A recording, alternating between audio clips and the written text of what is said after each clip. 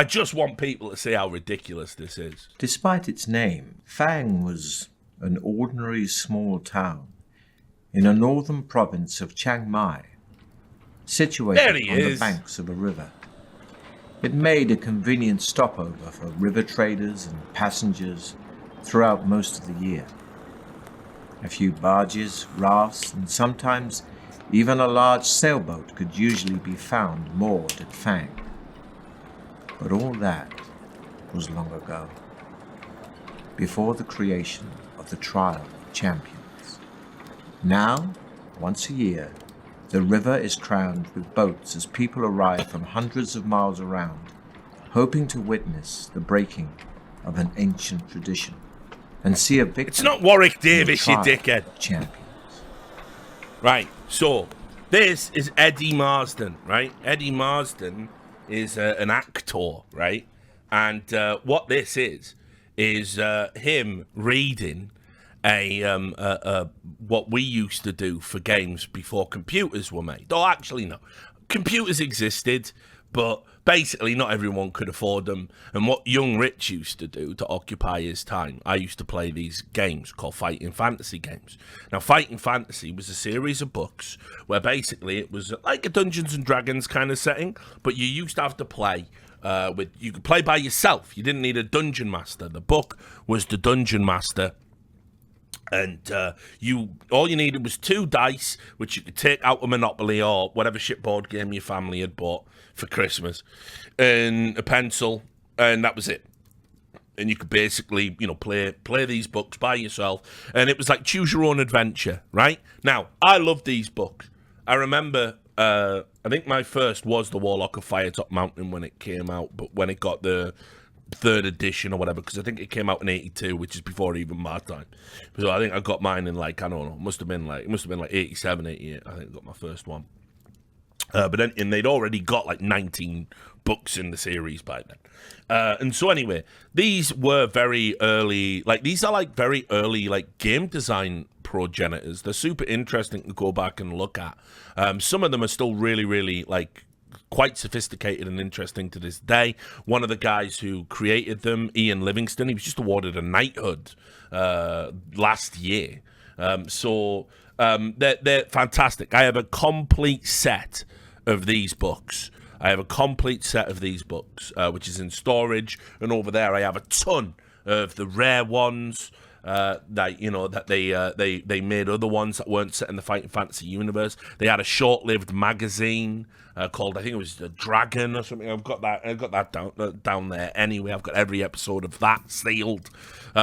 So, this was my childhood, essentially. And this is one of the most popular. It's Death Trap Dungeon. Everybody had Death Trap Dungeon. Yes, we all love number 21, the sequel, Trial of Champions.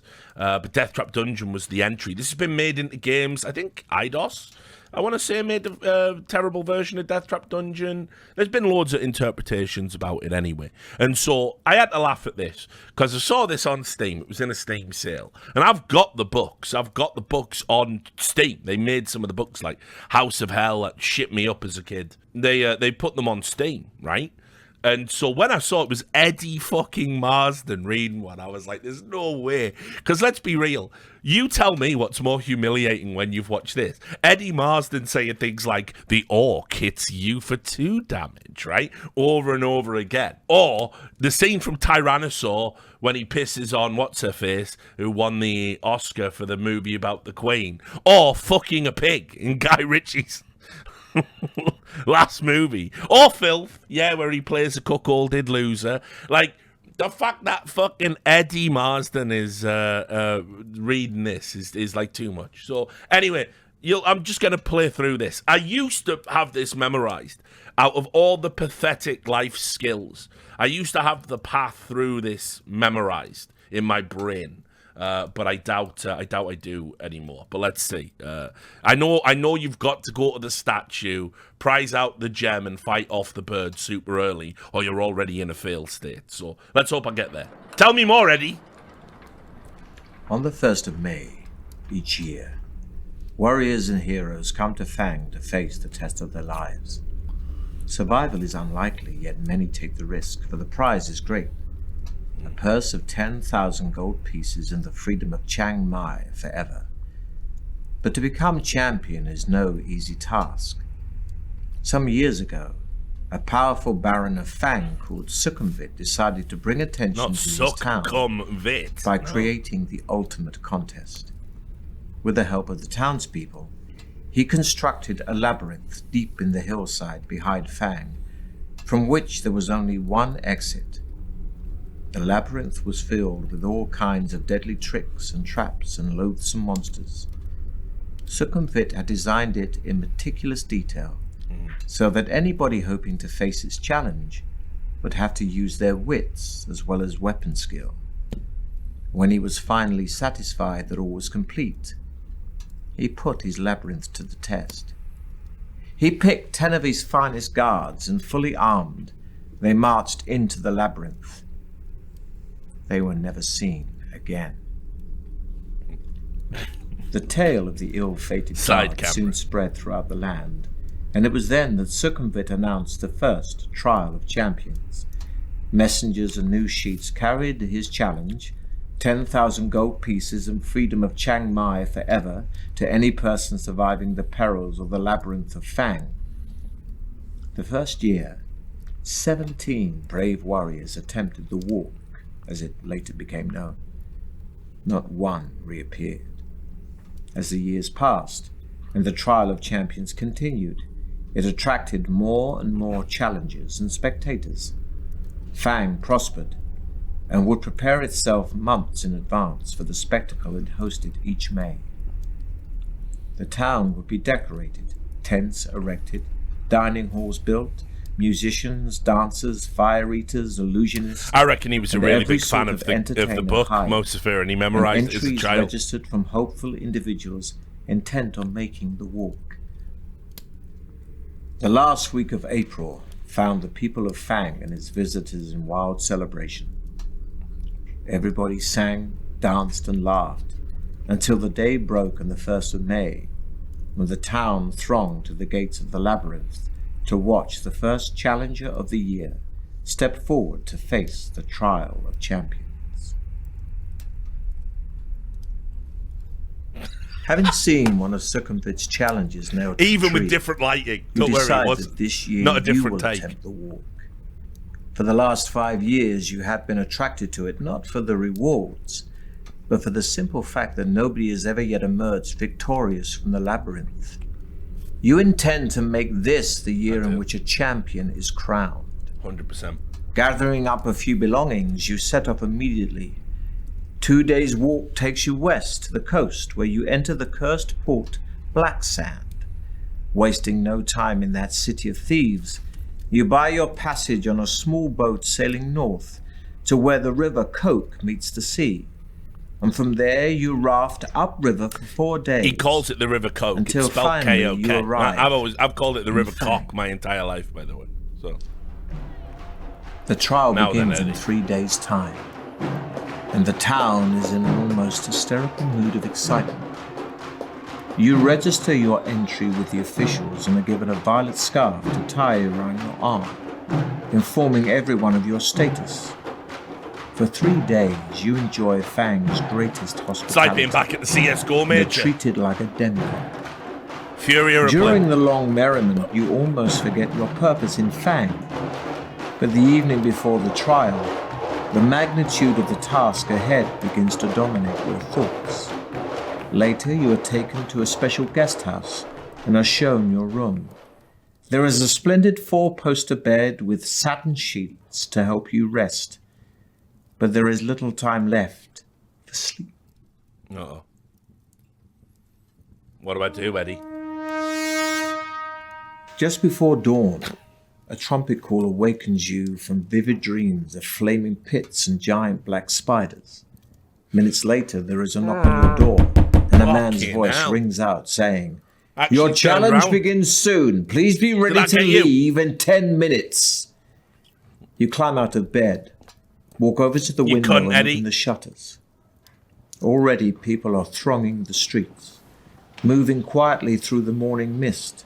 Spectators, Like, no one doubt even on in my their way house. to the labyrinth, What am I turning hoping around to for? find good vantage points from which to watch the competitors.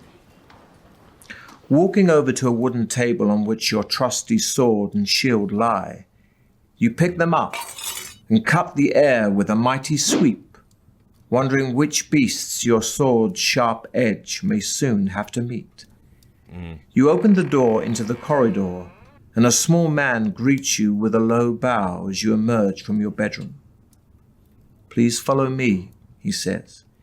He turns to his left and walks quickly towards the stairs at the end of the corridor. It's Nick Offerman. I'm about to get into a relationship with him. Parting in the crowds, There we go. Original artwork from the books here. Standing by the entrance, waiting to greet the contender in the trial of champions. You count 5 others standing proudly in line, their violet scarves displayed for all to see. There are 2 bare-chested barbarians dressed in furs.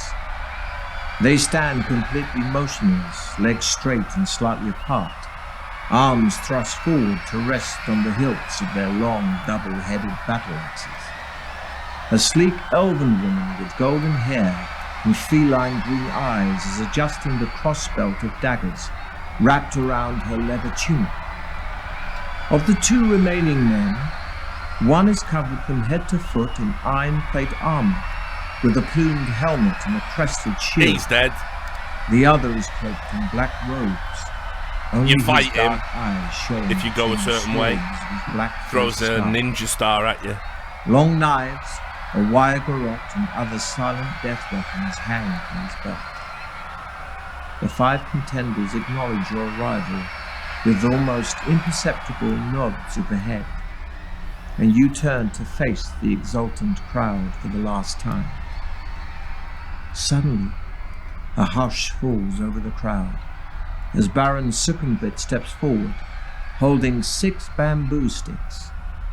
You draw one from his outstretched hand, and you read the word, 5th. Then the trial begins. The knight is first.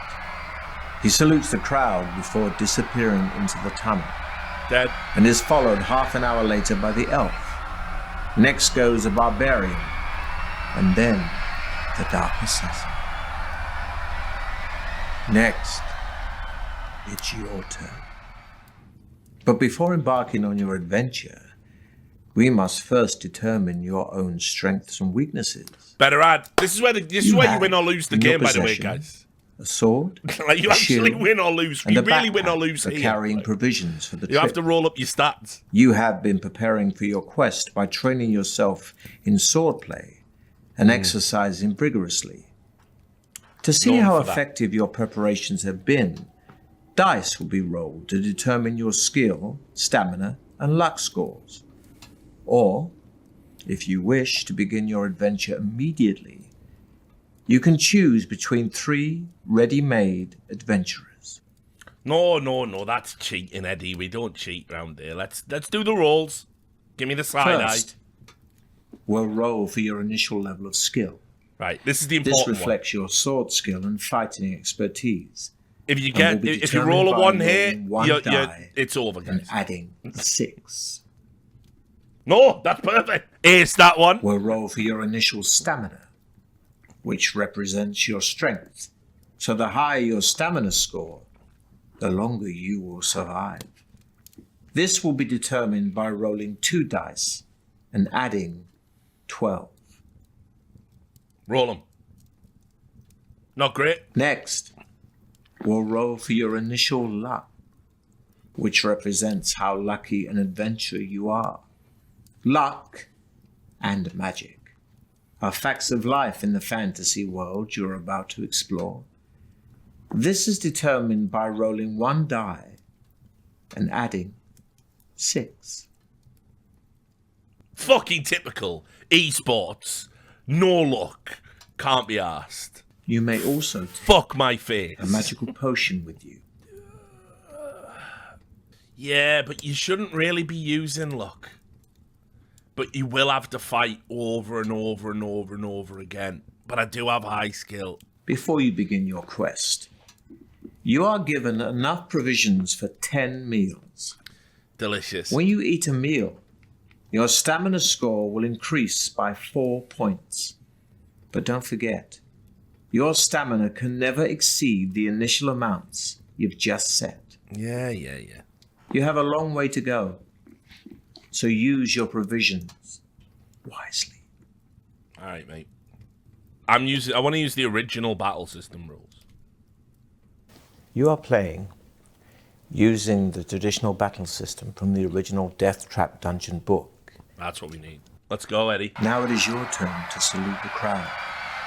Holding your violet scarf aloft, you take one final deep breath of cool, fresh air before turning to pass between the stone-pillared gateway into Succumvit's corridors of power to face I'm in his corridors, powers guys.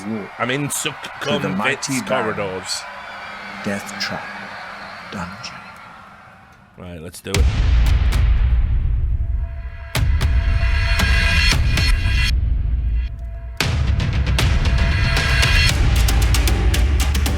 They're really hyping up a book here, like.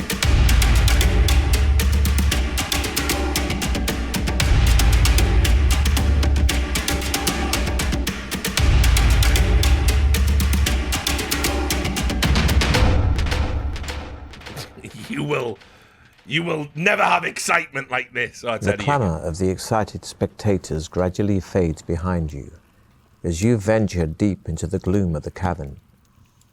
Large crystals hang from the tunnel roof at 20-meter intervals, radiating just enough soft light for you to see your way. As your eyes gradually become accustomed to the near darkness, you begin to see movement all around. Spiders and beetles crawling up and down the chiseled walls disappear quickly into cracks and crevices as they sense your approach. Rats and mice scurry along the floor ahead of you. Droplets of water drip into small pools with an eerie plopping sound which echoes down the tunnel. The air is cold, moist, and dank. After walking slowly along the tunnel for about 5 minutes, you arrive at a stone table standing against the wall to your left. On it, there are 6 boxes, one of which has your name painted on its lid. Of course I'm opening that shit. The lid of the box lifts off easily, and inside you find 2 gold pieces and a note written on a small piece of parchment addressed to you. After placing the gold in your pocket, you read the message, which says, "Well done. At least you had the sense to stop and take advantage of the token aid given to you. Now I can advise you that you will need to find and use several items if you hope to pass triumphantly through my Death Trap Dungeon. Signed, Succumvit." Memorizing the advice on the note, you tear it into tiny pieces and continue north along the tunnel, where you come to a junction. A white arrow painted on one wall points west. On the floor, you can see wet footprints made by those who entered before you. It's hard to be sure, but it looks as though 3 of them followed the direction of the arrow, while one decided to go east. East. It's always east. Ahead, you can see a large obstruction on the tunnel floor. Although it is too dark to make out exactly what it is, the wet, eastbound footprints you have been following carry on towards the obstruction. East. You see that the obstruction is a large, brown, boulder-like object. You touch it with your hand and are surprised to find that it is soft and spongy. I think I'm dead already. Oh no. It's gonna be spores. If I slice it open, it's gonna go in, the spores are gonna go in my face. Your sword easily pierces the thin outer casing of the giant spore ball. There you go. A thick spores. brown cloud of spores bursts out of the ball and envelops you. Some of the spores stick to your skin and start to itch terribly. You lose 2 stamina points Great. as great lumps come up on your face and arms, and your skin feels as if it is on fire. Frantically scratching your itching lumps, you step over the now deflated spore ball. Pressing on east, you turn left, which heads north for as far as you can see. The footprints you are following start to peter out as the tunnel becomes gradually drier. Soon you are beyond the dripping roof and the pools on the floor. Right. You notice the air becoming hotter, and you find yourself panting even though you are walking quite slowly. In a small recess on the left-hand wall, you see a section of bamboo standing on its end. Lifting it down, you see it is filled with a clear liquid. Your throat is painfully dry, and you feel a little dizzy from the heat in the tunnel. Fuck. I'm getting the vapors. You drink the liquid. It's gonna stop me. The water in the bamboo burning pipe to is death. welcomely refreshing and adds 1 stamina point. Yes. It also contains a magical solution which will enable you to be exposed to melting point temperatures without harm. There you go. Discarding the bamboo, you start off north again. Brits abroad, In it's good like 30 spirits. degrees. I need a potion. You find yourself dripping with sweat as the temperature Eddie. continues to rise. As you struggle on, the heat intensifies until it becomes so unbearable that you feel yourself begin to pass out. Now, hang on, I had the potion. Although the temperature in the tunnel is higher than you could normally tolerate, Yes. the liquid from the bamboo pipe keeps you alive, and mercifully, after a few moments, the temperature drops rapidly and soon feels almost cool again. Have it, succumb it. On the left-hand side of the tunnel is a closed door. It has a small iron plate in it, which looks like it might slide open. Surely there's a reward in here for surviving the heat. The small plate slides open easily, and you find yourself peering into a room with a deep pit in the floor behind the door.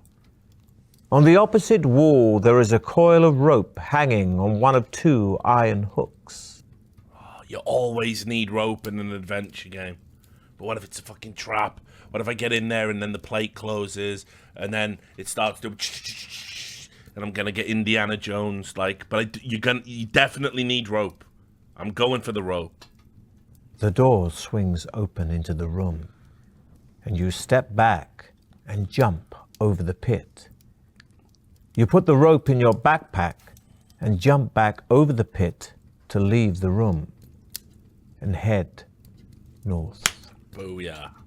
Ahead, you see that the tunnel turns sharply to the left.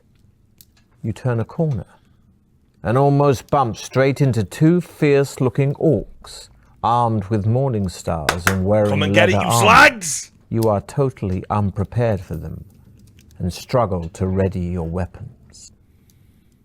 The orcs roar. And as you draw your Eddie's sword, got to do the battle thing. one of them swings there's its morning star at you Got an eye and patch and thuds everything. into your arm, Dickhead. knocking your sword to the floor. You Config must the orc fight there. them barehanded, reducing your skill by 4 for the duration of the What? combat. Fortunately, the tunnel is too narrow for both orcs to attack you at once, so you fight them, one at a time. Hey, well, fuck it then. Smash your orc heads in. Let's have it. You parry, but your enemy is too fast and you crack your head on the floor as it knocks you to the ground.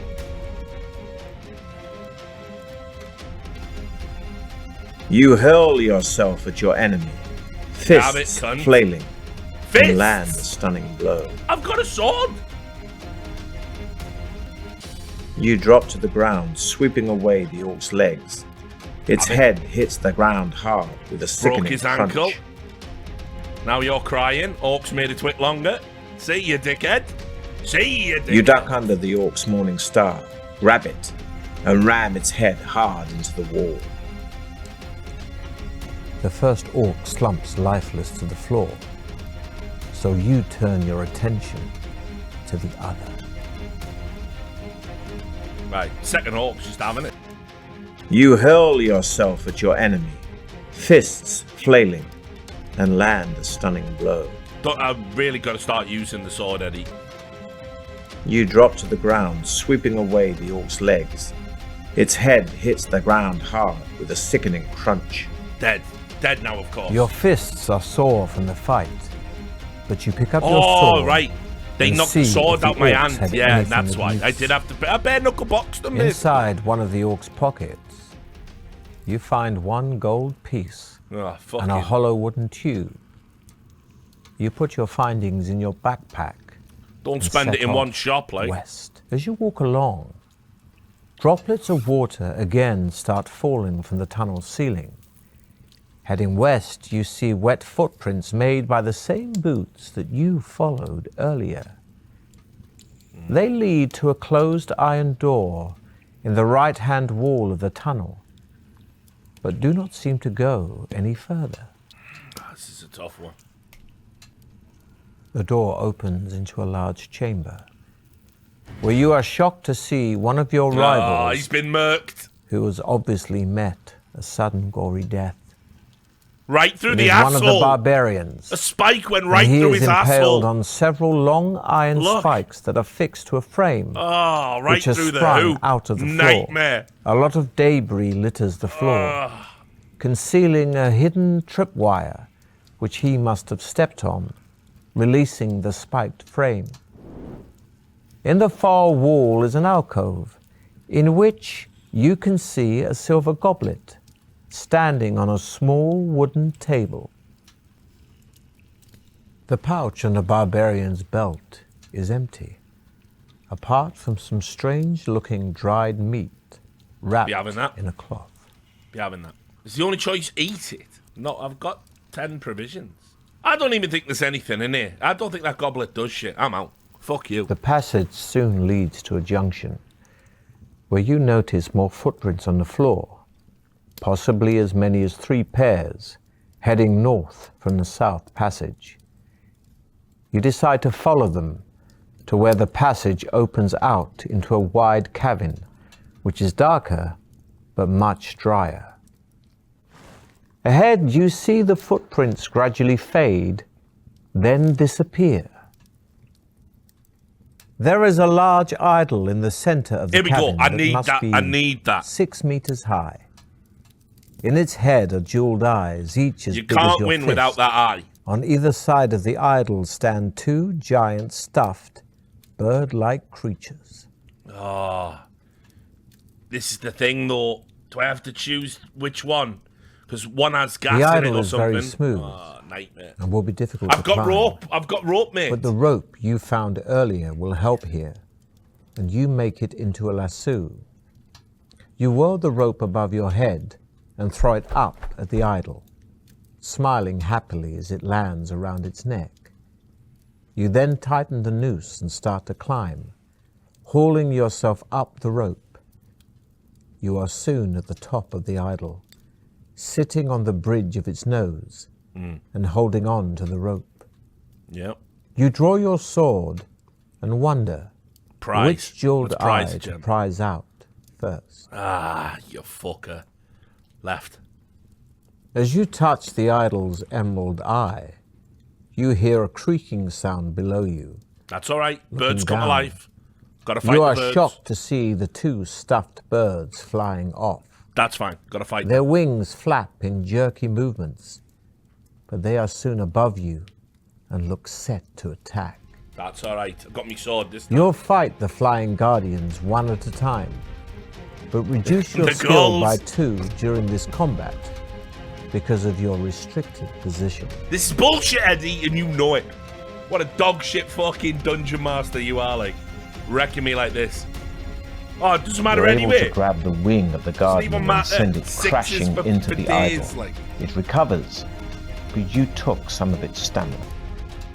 Well. The guardian snaps at you with his I still lost. Beak. Fuck. You parry. BG. But the tip of the creature's beak sinks deep into your arm.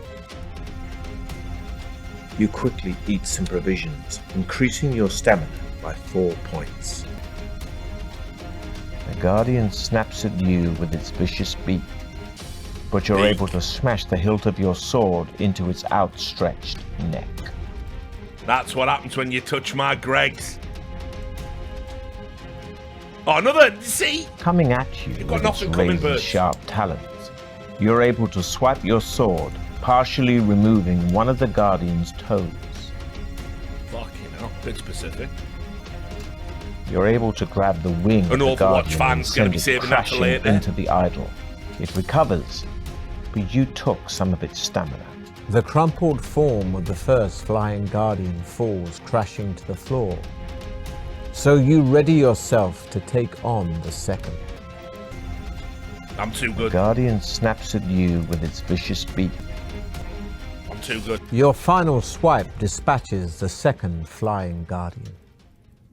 You look down and see the crumpled bodies of the two flying Guardians lying motionless on the floor. You start to prise out the idol's emerald eye with the tip of your sword.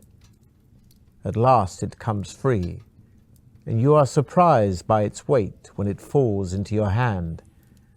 Hoping it may be of use later, you put it in your backpack. See? Got the emerald. You only need one. Back that on right solid eye's the ground trap. once again on the cavern floor, you try to shake the rope off the idol's neck. This will be a test of your luck. Oh, Eddie, no. 2 dice are rolled. The lasso loosens itself. Lucky. And you are able to shake it free of the idol's neck. It falls to the floor with a loud clatter. You quickly coil the rope up again and put it in your backpack. Wasting no more time in the cavern, you run forward to the tunnel in the northern wall. Not much farther down the tunnel, you come to a closed door on your left. Putting your ear to the door, you listen intently but hear nothing. You enter a room which is small and completely empty. As soon as you are inside, the door slams shut behind you. Suddenly a voice booms out of nowhere, shouting, "Welcome to Death Trap Dungeon, the ingenious killer labyrinth of my master. Adventurer, I trust you will pay your respects to my master by shouting out his name." You take a deep breath and shout, "Succumvit as a worm." Once again, the mysterious voice calls out, only this time, to your great surprise, in a far less threatening tone. Good. My master likes those who show spirit. Take this gift to help you. It will grant you one wish, but one wish only. Farewell. A gold ring magically appears out of nowhere and lands at your feet with a gentle tinkle. You pick it up and put it on one of your fingers. All right, ring of wishes. The door opens and you step back into the tunnel to continue north. All right, Eddie. The tunnel twists and turns, but keeps steadily north. Ahead, you see a thin shaft of blue light streaming down from the ceiling Next to the Generation floor. there. It sparkles and shimmers, and you can see images of laughing faces in the light. I'm not going through that. You come to an arched doorway set in the right-hand wall of the tunnel. The heavy stone door is closed, but there is an iron latch and a round handle. All the doors. Lifting the latch and pushing the heavy stone door open, you find yourself in a large cavern. The light is dim and murky. Bees! But as your eyes begin to adjust, you see that the walls are covered in green algae and running with moisture. The floor is strewn with straw. The atmosphere is warm, damp, and fetid. What's that buzzing? And a soft humming sound fills the air. You step gingerly through the straw towards a corner of the cavern where there appears to be a shallow pit. Peering warily into the pit, you are disgusted to see a mass of pale, writhing worms some as much as 1/2 meter long. Nauseated, you're about to turn away when you notice that their undulating bodies are swarming around a dagger, its point held fast in a crack in the pit floor. The hilt is cased in black leather, studded with opals, and the blade is fashioned from a strange, reddish-black burnished metal you have never seen before. You long to touch the dagger. I wish But this would I could mean tap plunging into your what hand in 8-year-old among brain the knew about writhing this worm. book. Fuck. I'm not taking that. They'll be Unable to poisonous or face the something. thought of the touch of the writhing worms, you leave the cavern and continue north. The tunnel ends shortly at a junction. Looking left and right, you see a narrow passage disappearing into the dim distance. It's always east. You walk down the passage and soon find yourself standing at the edge of a deep, dark pit. The passage continues east on the other side of the pit. You think you could probably jump over the pit, but you are not sure. There is a rope hanging down from the ceiling over the center of the pit. Oh my god, I remember this, you can die here. Oh no, fuck, what do you have to do? Oh god, help me. Just as you're about to release the shield and Fuck. throw it over the pit, it slips from your fingers and rolls away. You are unable to catch it before it falls over the Why edge am of I the a pit, klutz there though? Eddie? clattering down its sides to the At least bottom. let me roll for it, mate. The loss of your shield reduces your fighting ability, decreasing your skill points by 1.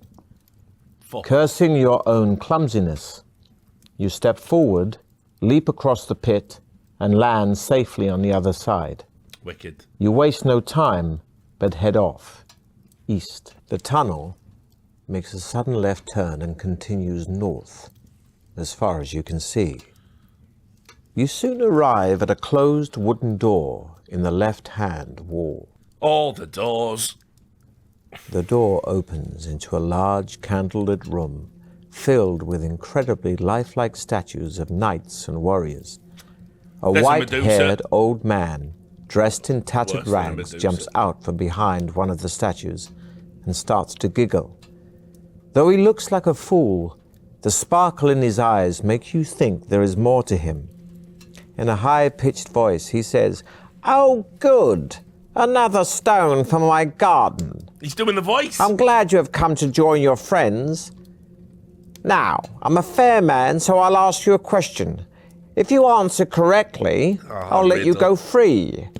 But if your answer is wrong, I'll turn you to stone." Great. He starts to chuckle again, obviously pleased with your arrival. The old man points at one of the statues, and you recognize it immediately. It is the knight who started the trial Dead. of champions. Told you. The agonized look on his face locked in stone for eternity. Brilliant. The old man smiles, saying, "This man weighs 100 pounds plus half his weight. Oh, not maths. How much does he weigh?" What will you answer? It's one of them tricks, isn't it? Because he weighs 100 pounds. So he just weighs 100 pounds. Is that what he's doing? Nobody said he weighs 100 pounds plus half his weight. So it makes you think the obvious answer is 150, right? Everyone's saying 200. I guess I'm an idiot. All right, I'm doing it. Still smiling, the old man looks at you and says, "Well done, stranger. Good You job. have answered correctly. I wish you good fortune during the rest of the trial of champions. And to this end, I shall increase your powers." He then mutters a few more unintelligible words, and you feel a powerful surge soar Nice. through your body, increasing your skill, stamina, and luck by 1. Oh, You bid the old man didn't even farewell matter that I threw my shield and away. leave his room to continue north along the passage. Only a few meters further down the passage, You see another closed door in the left-hand wall. The letter X is scratched into its center panel. Putting your ear to the door, you listen intently, but can hear nothing. We've had good luck with these doors so far. We're going to keep opening the door doors. Opens into a large room. Looking around, you see an alcove in the west wall. In the middle of the room, sitting in the chair, is the skeleton of an armed warrior, possibly a contestant from years gone by. The skeletal fingers of its right hand grip a crumpled parchment. Do I need the paper? I can't remember.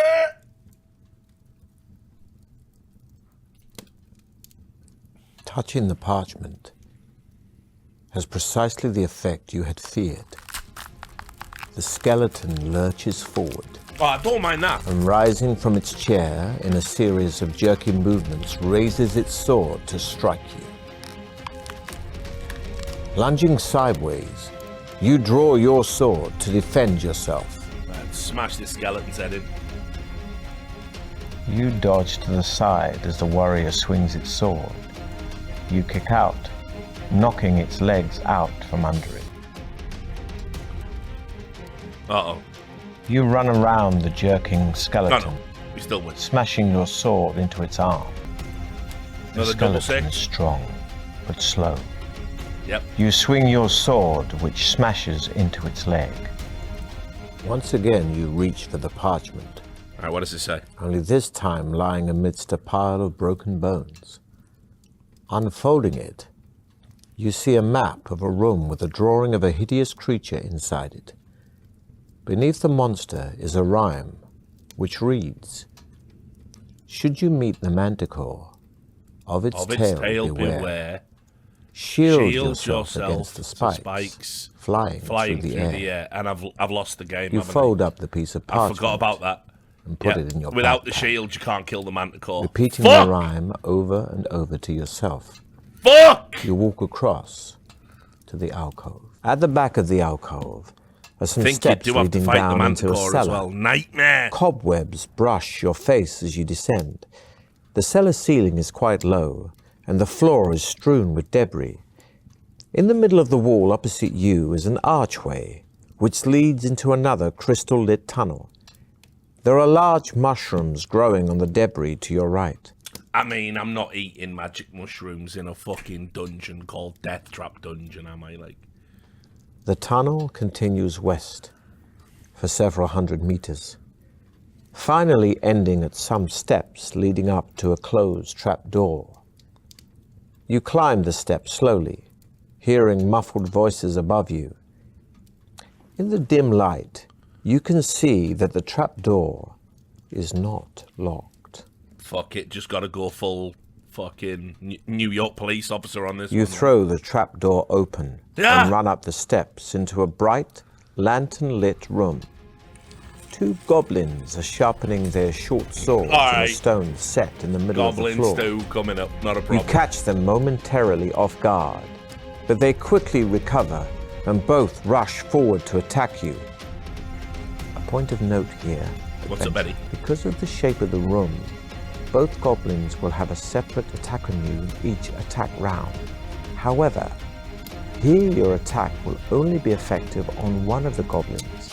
Goblins Against the always other, cheesing the system, you must you still can't trust use them. your attack strength in a normal way. But even if your attack would have been effective, you will not wound it. Fucking gobos. Look at his skill as well. It's pathetic. Like, I can't lose. Like, I actually You cannot thrust lose. your sword, and you clearly Thanks, damage the Damedy, for creature. the 5 gifted. Appreciate that. Smash all your heads in. You both swing for each other, and in the confusion, both miss. Your enemy is strong, but slow, and screams in pain as your sword sinks into his leg.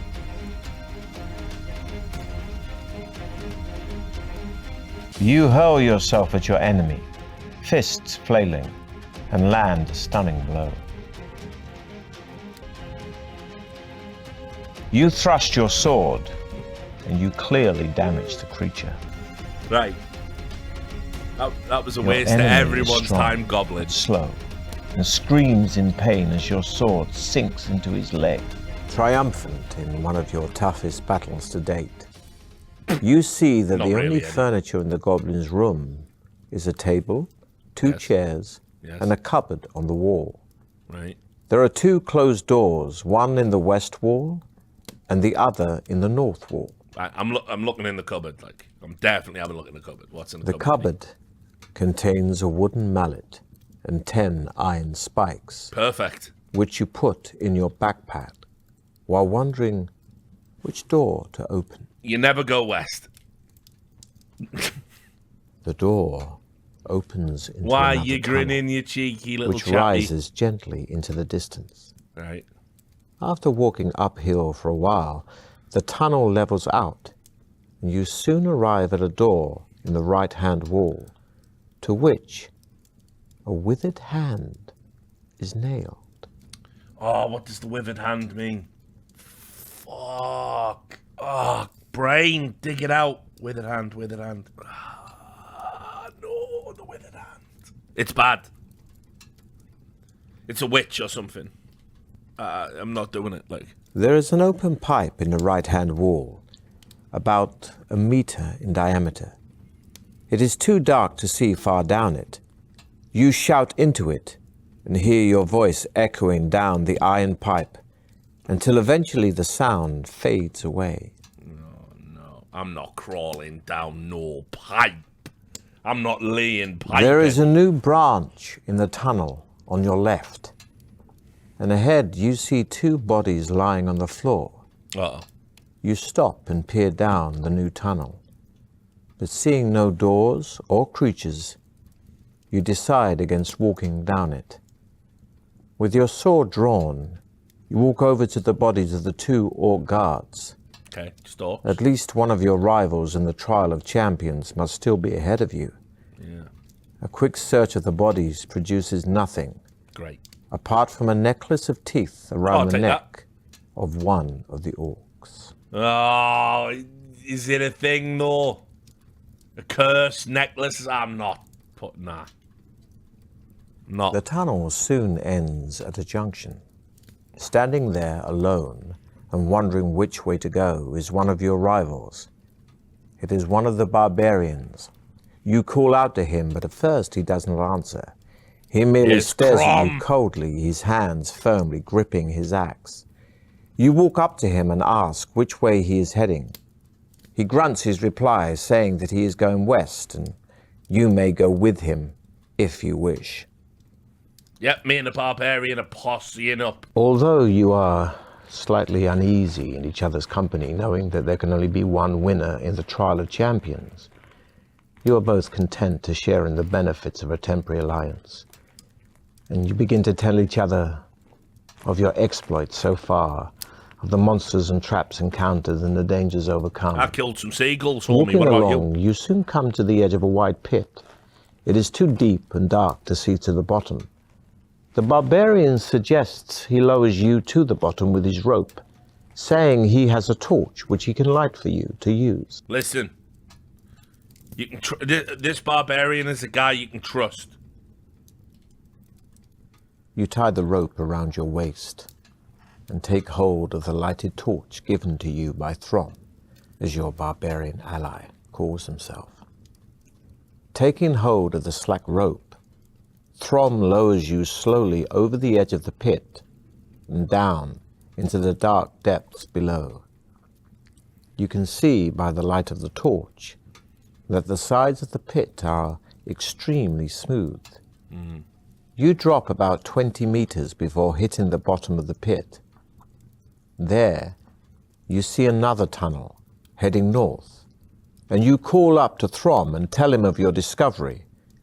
He calls back, saying that he is going to tie the rope around a protruding rock on the edge of the pit and will come down and join you. You hear him climbing down, and soon you are together again. Yes. See? Throm retrieves his rope by shaking it off the rock, Skilled. and you set off north along the new tunnel. Brokeback dungeon. Let's go. Me On and a Throm. stone ledge in the tunnel wall, you see 2 dusty leather-bound books. Throm grunts his contempt for the written word, urging you to leave the books and hurry on. Shit. As you open the book, it immediately begins to disintegrate, the pages turning to dust in your hands. You manage to keep a few fragments and read the handwritten script. The book appears to be about monsters, and from what you can make out, it contains a full description of a monster called the Blood Beast. Yep, we gotta It kill is that. a horrific, bloated creature with tough, spiny skin Covered and in eyes. facial blisters which burst open to become mock eyes, evolved to hide the Blood Beast's only weak spot, the real eyes. Indeed. Blood beasts usually dwell in pools of fetid slime which give off a poisonous gas so strong Just like Overwatch that League it fans. alone can easily knock people unconscious. The blood beast, although too bulbous to haul itself out of its slime pool, has a long and vicious tongue which it wraps around its victims before it drags them into its pool. Feet first. As the helpless and still living victim's flesh decomposes in the vile slime, the blood beast will feed on it. You tell Throm about the grotesque blood beast.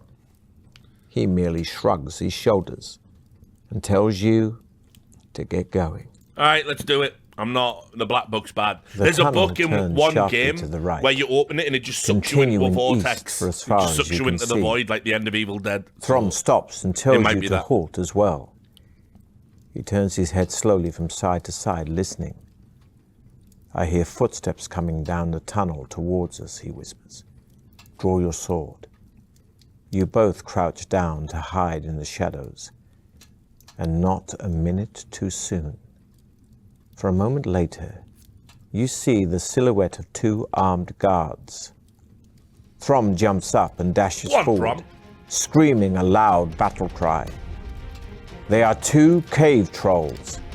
Throm attacks the first one with his battle axe, and you run to his aid to attack the second. Yeah, let's do it.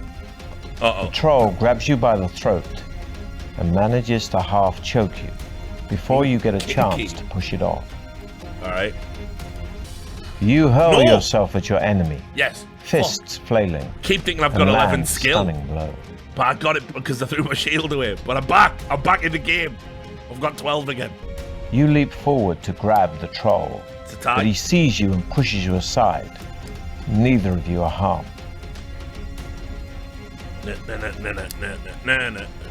You parry These the rolls attack, suck but ass, your dude. enemy is too strong, and you crack your head on the floor as you hit the ground. Throm's watching as well. You drop to the ground, sweeping away the troll's legs. It howls as its head hits the hard ground.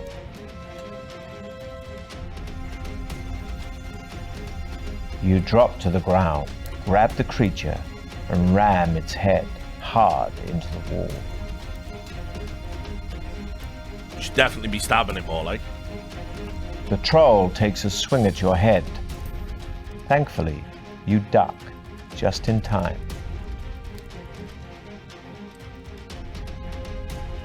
Yes. You hurl yourself at your enemy, fists flailing, and land a stunning blow.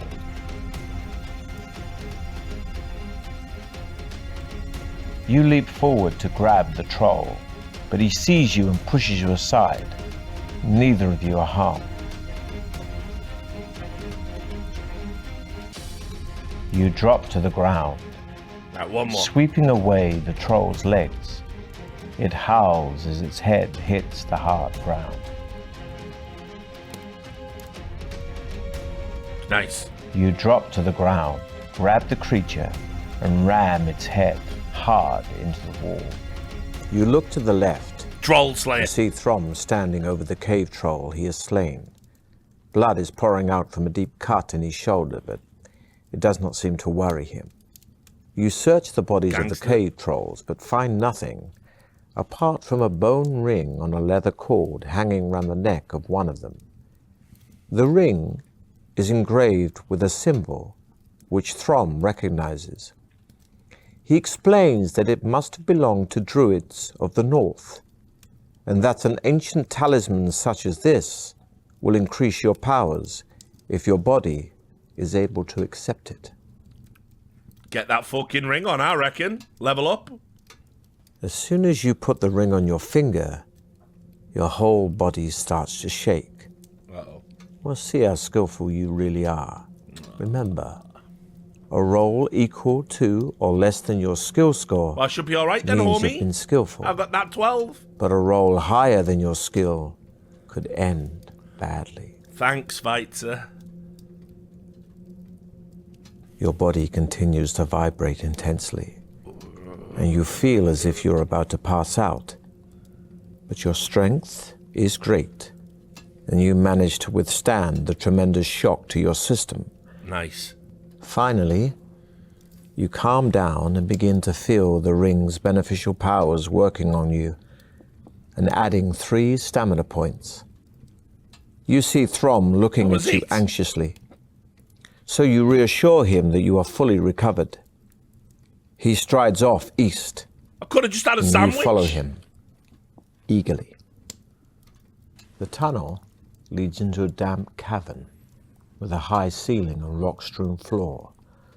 Long and wet, teeth-like stalactites hang down threateningly. Their constant dripping creates milky pools on the floor. The tunnel carries on through an archway carved in the shape of a demonic mouse. You walk around the cavern, but find nothing of interest. Throm calls out behind you, saying that he has found a leather pouch under a pile of rocks. Okay.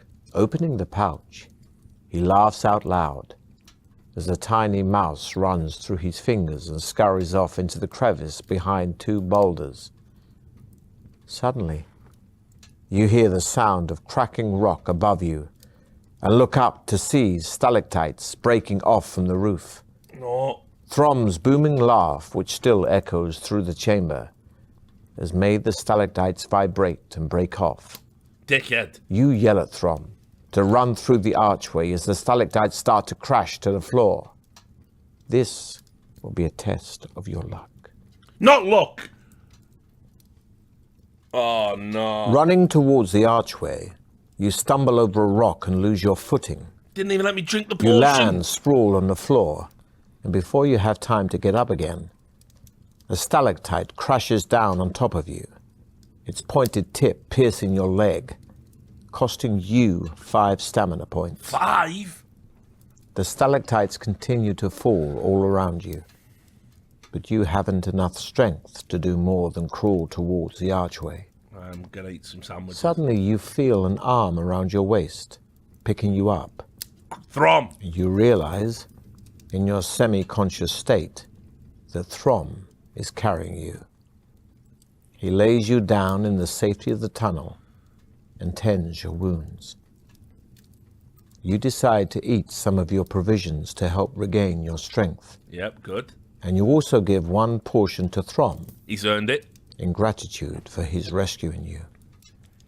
He apologizes for starting the rockfall and offers you his hand to shake. Despite the pain, you manage to smile and shake his hand. When you have finally recovered, you stand up and head east, with Throm leading the way. The tunnel ends. We're all in on Throm now, boys. Unfortunately, Throm wastes no time in testing the handle one. and is There somewhat can surprised to only find be the one. door unlocked. He Shit. pushes it open and walks into a torch-lit chamber. Sitting alone on an ornate chair is a dwarf who bids you enter. As you do so, the oak door swings shut behind you. He's the manticore dickhead. Adventurers, you have done well to get this far, says the dwarf in a deep voice. However, as you both know, there can only be one winner in the Trial of Champions. As Trial Master, it is my duty to Baron Circumvit to let only the most able continue, Therefore, I must devise a test of wits and strength to eliminate one of you. Please do not attempt to dispose of me. It will be utterly pointless, for, as you can see, there is no obvious way out of this chamber, and only I know where the hidden exit lies. Now, if you would care to decide between you who will go first, I shall make the necessary preparations. You look at Throm, suddenly angry that your effective partnership might come to an end. He leans over and whispers in your ear that you should try to kill the dwarf and worry about the exit later. Throm, that's not the play. Let's do the tests. You tell Throm that there is no point in killing the dwarf, as you will never find your way out of the chamber alone. You argue that an opportunity of tricking the dwarf might arise later, once you have found the exit from the chamber. So you intend to go through with the dwarf's test. You tell the dwarf that you are ready, and he beckons you to follow him, telling Throm to wait for his return. A secret door opens in the chamber wall, and you follow the dwarf into a small circular room. He closes the door behind you and hands you 2 bone dice, telling you to throw them onto the floor. Okay. You roll a 6 and a 2, a total of 8. Decent. The dwarf asks you to roll them again, but this time you must predict whether the total will be the same, less, or more than the 8. There's more chances of it being less than 8, so that's just good maths right there, like. The dwarf looks at the dice. Not very good at playing the incredible- odds, are you? He sneers. Curse my incredible I skills. regret you must suffer a penalty before you can continue. They've deepened his voice as well. From out of his pocket, he produces 2 pills. One is stamped with the letter S, and the other stamped with the letter L. He asks you to choose one Guess I'm... and swallow it. Well, obviously, S is skill and L is luck, right? So I'm going to take the L. I'm going to take this L. The pill makes you feel as though the whole world is against you, It is. reducing your luck points by 2. 2! The dwarf tells you that you can now go on to the second stage of the test. He reaches for a wicker basket which, he informs you, contains a snake. He Brilliant. tips the basket over and the snake drops out onto the floor. It is a cobra, and it rears up in the air, ready to strike. The dwarf tells you that he wishes to test your reactions. You must grasp the cobra barehanded I've heard below this its one head, before. PE avoiding teacher. its deadly fangs. You crouch down on the floor, tensing yourself for the moment at which to seize it. This will be a tough test of your skill. With lightning speed, you That's thrust cocked. your hand out That and grip the dice. cobra just below its open mouth. Grip it. You lift it up, and with your arm outstretched, you dangle it in front of the dwarf. He doesn't flinch, but says in his calm, expressionless way, Please put the cobra back in the basket and prepare for the final part of the test. Right, okay. Follow me. Just don't test my luck, mate. You do what he says and follow him like. back into the chamber, where Throm is pacing up and down, obviously ill at ease. Throm's tripping. You wave to him while the dwarf opens a second secret door and tells you to walk on through and wait for him. Again you comply, and you find yourself in another circular room, although this one resembles a small arena. The floor is covered with sand, and a small balcony runs around the arena wall. Opposite the secret entrance you came in through is an ominous-looking wooden door. Yeah. Suddenly you hear a shout, and you look up to see the smiling dwarf standing on the balcony. He throws 2 pieces of paper down to you. On one of them, the words, "No crop is," are written. On the other, "Ruin moat." In his ever calm voice, he says, If you rearrange the letters of the words, You will find the names of 2 creatures. Yeah, Scorpion and You may choose Manticore. which one to fight in my arena of death.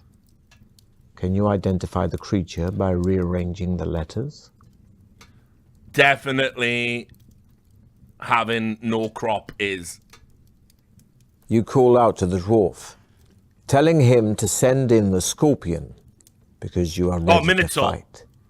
Slowly, Not Manticore. the wooden Fuck. door rises, and a huge, grotesque black scorpion We beat squeezes Scorpions underneath it in Vegas and for enters fun, the room. so it's fine. We got You this. draw your sword in readiness and prepare to fight the sinister creature with its huge pincers and deadly sting. The scorpion will attack you with both pincers, and you must treat each pincer as a separate creature, as though you were fighting 2 creatures. Brilliant. Each pincer has its own skill level and will attack you separately in each attack round. Eddy, mate. You can only fight 1 pincer in each attack round, attacking it as in a normal battle. But against the other pincer, you must still attack in the normal way. But you will not wound it, even if your attack strength is greater. You must count this as though you have just fended off its blow. Of course, if its attack strength is greater than yours, it will have wounded you in the normal way. Yeah.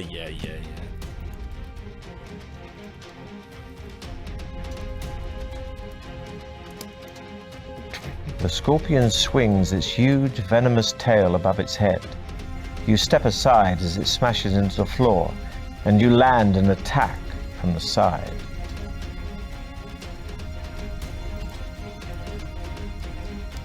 The scorpion swings its tail at you, but you are fast enough to roll out of the way. Look at this as well. Like, what an absolute meat shield. Like, Your speed is improving.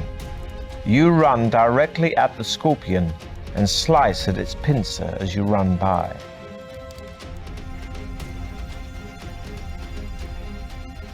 The scorpion charges at you with its pincers snapping. You're able to jump quickly enough to avoid their sharp points.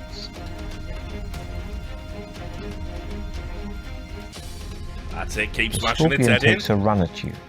Its speed is impressive, but you jump aside, landing Fucked a up thing heavy is as blow well, I've on got its back. manticores on the brain. The Minotaur is so much easier than this. It's like a proper emaciated Minotaur. Like, The scorpion swings its tail at you, but you are fast enough to roll out of the way. right, so far so good. The scorpion swings its huge, venomous tail above its head. You step aside as it smashes into the Can you floor, imagine if we'd rolled and you 7 land to an skill, attack by the way, from the side. and I'd throw my shield away like a dickhead? Can you even imagine? Can you even imagine where we would be? The scorpion charges at you with its pincers snapping. You're able to jump quickly enough to avoid their sharp points. Would have been a mega short playthrough. Like. Your speed is improving. You run directly at the scorpion Nice, one and pincer down. slice at its pincer as you run by.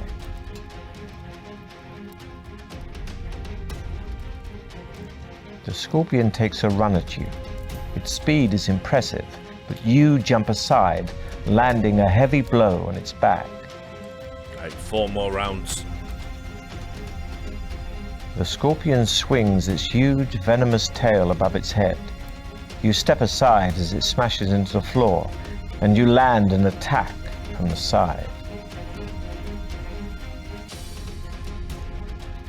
Nice. Speed is improving. The old classic Richard You run double six. directly at the scorpion and slice at its pincer as you run by.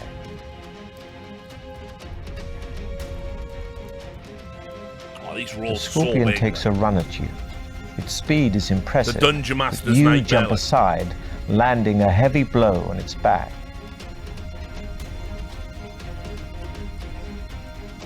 The scorpion swings its huge, venomous tail above its head. Right, we did it. You step aside as it smashes into the No floor, croppies. and you land an attack from the side. The dwarf calls down from the balcony. What about your Congratulating scorpion you on your today, dickhead? He throws the sack down into the arena and tells you to relax and regain your strength for the final part of the test. Then he walks off, saying he will return in about 10 minutes. You open the sack and find a jug of wine and a cooked chicken. The food and drink are excellent, and you feel much better, gaining 2 more stamina points. Fully satisfied, you sit down and await the dwarf's return. After about 20 minutes, the dwarf reappears on the balcony. He calls down to you, saying, Well, I do have an interesting problem on my hands. Indeed. Prepare to fight your next opponent. The wooden door rises once again, and you are surprised to see a familiar face. It is Throm.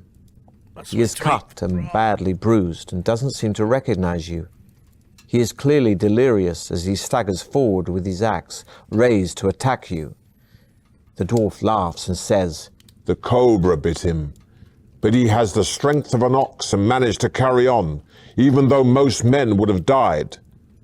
Now you must fight him to decide finally which of you will continue the trial of champions. You shout abuse at the dwarf, protesting the cruelty of such a contest. He merely laughs, and you have no option but to defend yourself against poor Throm. Despite his wounds, he is immensely strong. Yep, that was Throm in a nutshell. I'm putting you out your misery, Throm. You drop to the ground, sweeping away Throm's legs. You hate it as he howls as his head hits the hard ground. Throm swings at your head. Thankfully, you duck just in time. Throm is tall, and you duck, grab him, and ram his head hard into the wall. We love ramming heads into walls, by the way. Like, why are we doing? Oh, you got me there. Throm swings low, Got me crashing good there, into your Throm. ankles and knocking you off balance.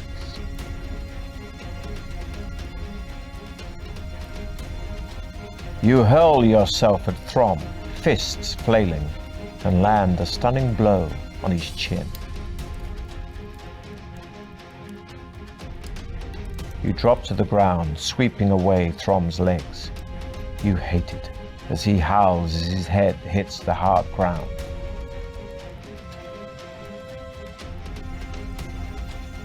Throm is tall, and you duck, grab him, and ram his head hard into the wall.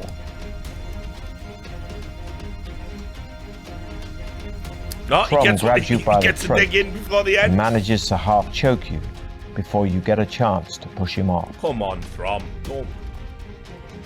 You quickly eat some provisions, increasing your stamina by 4 points.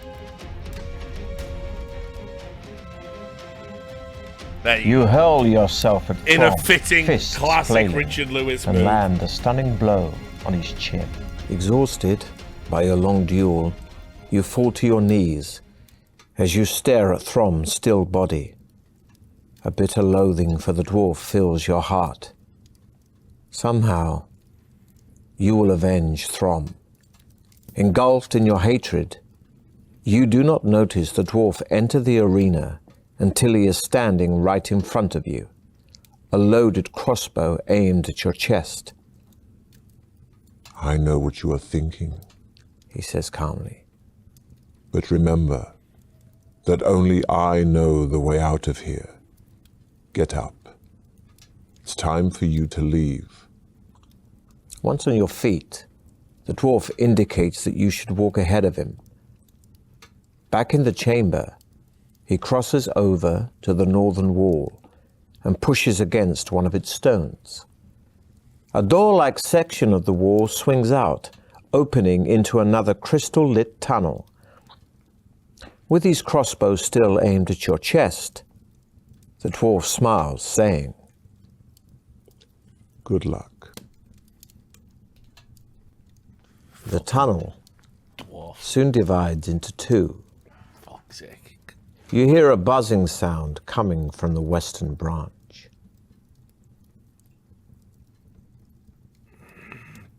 noise. Do I have everything I need to win?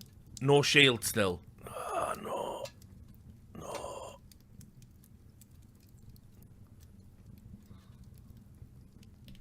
Fuck it. The tunnel leads into a dark chamber, covered in thick cobwebs. Clawing your way through them, you trip over a wooden casket.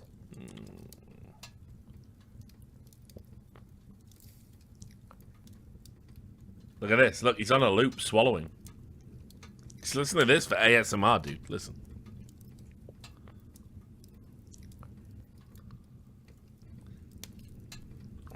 The casket opens easily, and inside there is a black velvet bag containing a large pearl, gaining you 1 luck point. After putting the pearl in your pocket, Easy. you press on through the cobwebs. You reach the far wall of the chamber and see 2 doors. Oh, no. It's never left, is it? That's always the sinister door. Right. The right door is right. opens into another tunnel running north. That's spooky music. Ahead you see 2 stone fountains, one on either side of the tunnel, carved in the shape of cherubs. Water spouts from their mouths and cascades into small bowls at their feet. Do I even want to... Oh, please. I'm not drinking. Leaning against the left-hand wall of the tunnel, you see a pair of bamboo stilts. They are securely chained, and you see a label attached to a padlock, which reads, "The price of these stilts is 1 gold piece. Place the coin in the slot to release the lock." Yep. Makes sense. There is a slot in the padlock into which you place the coin. Immediately the lock clicks apart, and you are able to unchain the stilts. You place them on your shoulder and once again set off. Got some stilts. Perfect. A little farther on, you come to a section of the tunnel which is covered with thick green slime. No. It looks threatening, so you decide to test it first with a piece of cloth. The slime's corrosive jelly burns the cloth instantly, Yeah, well, leaving no trace. we just don't touch that slime, do You we? climb onto your stilts and take a few tentative steps across the floor. Ah, stilts have got me. Your confidence grows, and you soon feel able to tackle the walk across the slime. Imagine if you hadn't bought them stilts. Imagine Smoke how you'd be rises from the spewing. base of the stilts Fine. as the slime starts to burn them away. It's fine, though. You plod stolidly on Yes. and finally reach firm ground again. Unfortunately, the stilts are still covered in slime, and you are forced to dump them. Setting off north, you come to a junction. Right, well, we all know the answer to that one. You Never go soon west. arrive at a double door. You can only in the go west if left-hand you have wall. Throm, and Throm's dead. You listen at the door, but hear nothing. You try the handle. It turns, and you open the left door slightly and peer through the crack. An armed warrior is lying face down on the floor of a bare room with smooth walls and a low ceiling. He is presumably dead, for he makes no movement, even when you call out to him. A large jewel, perhaps a diamond, lies just beyond his outstretched Do I arm. need the... It's the emerald, diamond, pearl. Do I need the jewel, or is the jewel a trap? Fuck! Why can I not remember? Like, oh, I'm gonna get murked, aren't I? I'm gonna die at the last hurdle in classic Richard Lewis fashion. Like, I'm taking the jewel, fuck it. You finally reach the warrior's body, but as soon as you touch the jewel, There you go, both dead. it and the warrior vanish into thin air. Illusion's been fun. You hear the door slam behind you, Dead. followed by a sudden, ominous rumbling above you. Perfect. You look up and see the ceiling start to lower. You run to the door to try to escape, but it is locked, and there is no handle on the inside. The ceiling gradually drops Look, it's even... until you are forced to lie on the ground, trying to halt the ceiling's progress with your hands and feet. but it is a hopeless task. Fuck you! And you are crushed to death in the stone vice. If only you'd found a potion that allowed you to detect traps like this.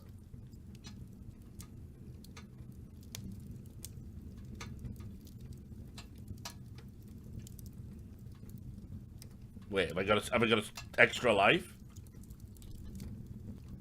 You soon arrive at a double door in the left-hand wall. You listen at the door but hear nothing. You try the handle, it turns, and you open the left door slightly and peer through the crack. An armed warrior is lying face down on the floor of a bare room. Who would fall for that? The tunnel continues north for quite a distance before coming to a dead end. The mouth of a chute protrudes from the western wall, and it appears to be the only alternative to turn him back. You decide to risk it and climb into the chute. You slide gently down and emerge into a room, landing on your back. Wow. As soon as you stand up, you are confronted by the most repulsive sight you have ever laid eyes on. There in front of you, wallowing in a circular pool of fetid slime, is a bulbous creature it's your too boy horrible to from be the believed. cover. Its body is green and covered all over with fearsome-looking spikes. Its face is a mass of crimson blisters, one of which suddenly bursts to reveal yet another of its many sinister, all-seeing eyes. A narrow path runs around the edge of the pool and leads into another tunnel in the far wall.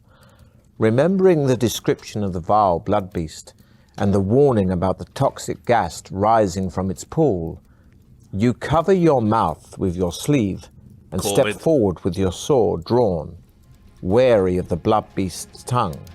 As you step around the side of the pool, it rolls forward and flicks out its tongue. But you are ready for it and cleave it with one This has got 12 stamina, hasn't it? Maybe more. The beast howls in pain Yeah, and stretches forward frantically, trying to clasp you between its blood-filled jaws. You start hacking at its hideous face in an attempt to pierce its real eyes. Let's go. 10 stamina, I'm alright with that. Let's do it. The creature 12 on turns 12 and action, whips like its Battle of tail the Big at you. Boys. The fierce spike at the end misses you by millimeters. You jump forward and strike a clean blow into its rear. Into its rear. Yes. Again, the bulbous creature strikes for you with its hideous fangs. You jump clear of them, striking out and smashing one clean out of its hideous mouth. Your blade strikes one of the blood beast's real eyes with devastating effect. Oh, It slumps back into its pool, thrashing about in a frenzy. You seize the opportunity and run around the side of the pool to the tunnel exit. No, I want to kill it. Like. The tunnel leads into a large room, its ceiling supported by several marble pillars. As you enter the room, you see a strange beast to your right. It has the body of a lion with dragon-like wings. Ah, it's the attached to fucking it, manticore, but boys. its head It's over. It's been over. The whole is like game's that over. of an old bearded man. The fucking manticore. You recognize the Fuck's sake. beast. Yeah, I do. It is a manticore. Yeah. Taking heed of the warning poem you took from the skeleton warrior, you watch out for its tail, which sprouts a profusion of sharp spikes. Yeah, but I haven't at got a its tip, shield, Eddie. thick and hard as iron bolts. Yep.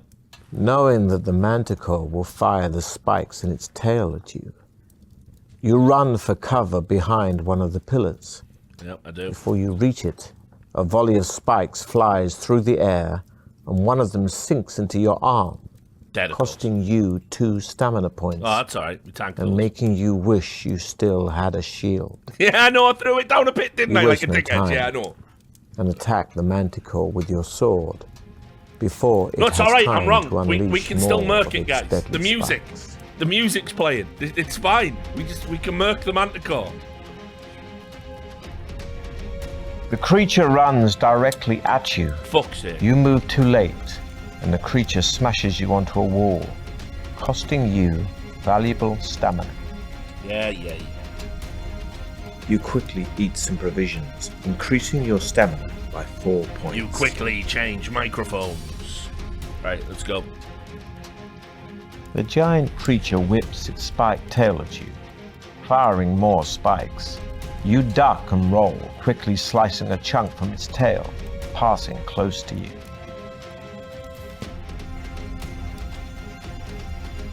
You seize an opportunity to attack the creature's leg, but it's ready for you. And before you can strike, it rips your leg with its razor-sharp claws. Come on, stop giving me them Vegas rolls, like. You It's run bullshit. to avoid the whipping tail, but stumble. Fucking bullshit. And with a speed you could never have imagined, it tries to sink its teeth into your leg. But you move just in time. Just realised as well how Neither of you scuffed that leather-bound chair are. is. Like, look at all the cracks in the leather and all the thing hanging out of it. They didn't even get him a proper jar. Come on, don't You run to snake avoid eyes, the whipping like. tail, but stumble. And a spike from it thuds agonizingly into your shoulder. Gonna be out You provisions at quickly this eat rate, some like. provisions, increasing your stamina by 4 Look at it though, look on the points. right side. Look at all the spindly stuff coming out of it. You seize an opportunity to attack the creature's back leg and manage to bury your sword deep into its thigh.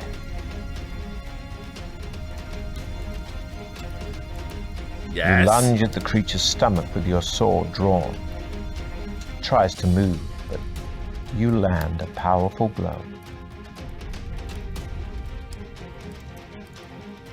The giant creature whips its spiked tail at you, firing more spikes. You duck and roll, quickly slicing a chunk from its tail, passing close to you. The creature runs directly at you. You move too late, and the creature smashes you onto a wall, costing you valuable stamina. Yes. Come on. Let's get this over the line. You seize an opportunity to attack the creature's back leg and manage to bury your sword deep into its thigh. You Right. lunge at the creature's stomach with your sword drawn. If after this it goes, but Tries because to you got move. pierced by the spike and You you land die a of powerful manticore blow. poison, I'm going to be As you are raging. wiping the manticore's blood from your sword, you are surprised to see a small man jump out from behind one of the marble pillars. He is dressed in a tight-fitting green tunic and looks quite harmless, although you are wary of the way he is holding an opaque glass ball with a shimmering green light. Greetings, He's doing he a says voice. cheerfully. My name is Igbot, the gnome, and I am the trial master for your final test. Right. Needless to say, my magical powers are great, so you should not try to attack me.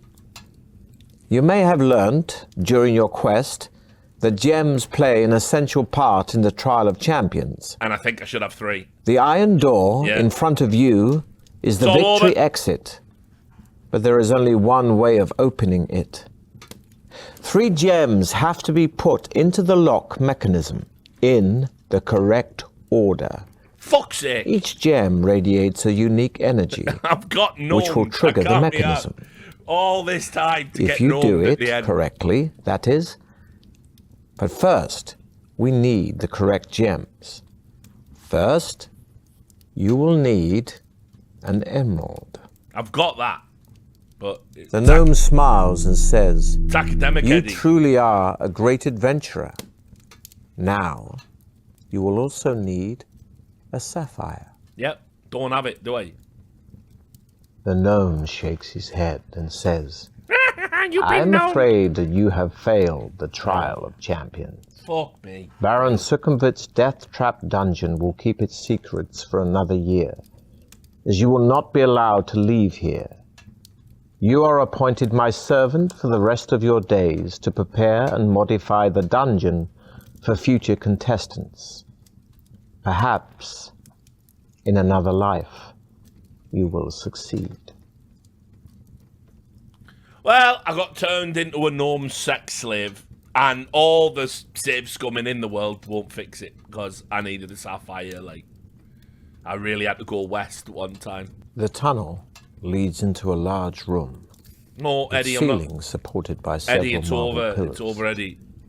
You recognize the beast, No, knowing that the It's over, Eddie. Why you make me fight the manticore again, Eddie? It's just over. Well, hell of a run. We had a hell of a run. And yeah, they do make you just go straight back to the beginning. Oh, it's just like esports, man. It's just like being an influencer. I was so close, but I didn't pick up a sapphire. I didn't make it. I didn't get there. Really thought this was the time we were going to do it.